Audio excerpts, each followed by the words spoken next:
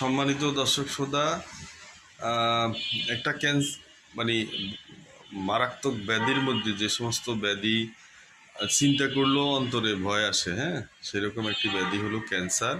Cancer সারা বিশ্বে বহুল আলোচিত এবং খুব মারাত্মক ব্যয়বহুল একটি চিকিৎসা।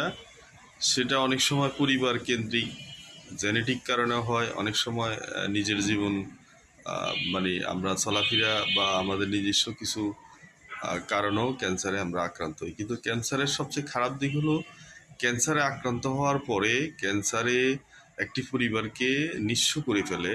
সেই পরিবার সম্পদ বিক্রি করে, নানান সর্বস্ব দিয়ে চেষ্টা করে, কিন্তু কোনো কোনো রুগী হয়তো আমাদের মাঝে আবার সুস্থভাবে ফেরত আসে, সেই সংখ্যাও এখনও খুবই নগণ্য। আবার কোনো কোনো রুগী একেবারে নিঃস্ব হয়ে মানে পারিবারিকভাবেও সকলকে নিঃস্ব করে এবং সে নিজেও দুনিয়া থেকে বিদায় নেয়। তো সেই সংক্রান্ত ব্যাপারে আমরা একটু আলোকপাত করার চেষ্টা করব। সেটা হলো ক্যান্সার আসলে দুর্ঘটনায় আমরা যে সমস্ত রোগে আক্রান্ত হই তার মধ্যে ক্যান্সার হচ্ছে একেবারে ব্যয়বহুল একটা চিকিৎসা। তো সেই ক্যান্সার প্রতিরোধে আমাদের কি করণীয় বা হওয়ার পূর্বে আমরা কি সতর্কতা নিব, সেই ক্ষেত্রে আমরা একটু বলার চেষ্টা। সেক্ষেত্রে আপনি মানে আর মানে আপনার স্টোমাক্স ক্যান্সারের জন্য আপনি প্রচুর পরিমাণ মানে ক্যান্সার যেন না হয়, সেই ক্ষেত্রে আপনাকে প্রচুর পরিমাণ আট জাতীয় খাবার, ফাইবার বেসড জাতীয় খাবার, এই খাবারগুলো আপনি বেশি খাবেন। শাকসবজি বেশি করে খাবেন। জাঙ্ক ফুড যেন না খান, জাঙ্ক ফুড খাওয়া যাবে না। এবং পর্যাপ্ত পরিমাণ পানি খেলে পানি খেয়ে আপনি একটু হাঁটাহাঁটি করবেন, ব্যায়াম করবেন।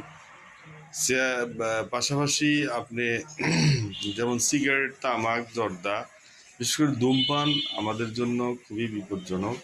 সেই ধূমপান একেবারে আমরা যদি মানে ধূমপান ছেড়ে দিতে পারি, ধূমপানের কারণে ভয়ানক নিরোগভাবে অনেক ক্যান্সার দেখা দেয়। সেই ক্যান্সারটা অনেক সময় ঠোঁট, মুখ বা গলায়, লাংসে এই ধরনের ক্যান্সার হয়। এছাড়া যে সমস্ত ক্যান্সার জেনেটিক কজের হয়, যেমন জরায়ু ক্যান্সার, অনেক সময় ব্রেস্ট ক্যান্সার, তো সেগুলো যদি আপনি এই সমস্ত নিয়মকানুন মানার পরও ক্যান্সার হয়ে যায়, সেই ক্ষেত্রে তো আসলে আমাদের কপালে আছে, সেই জন্য আমরা মেনে নিতে হবে এবং এই সতর্কতাগুলো আমরা অবলম্বন করব। ইনশাআল্লাহ ভালো থাকবো। আসসালামু আলাইকুম রহমতুল্লাহ।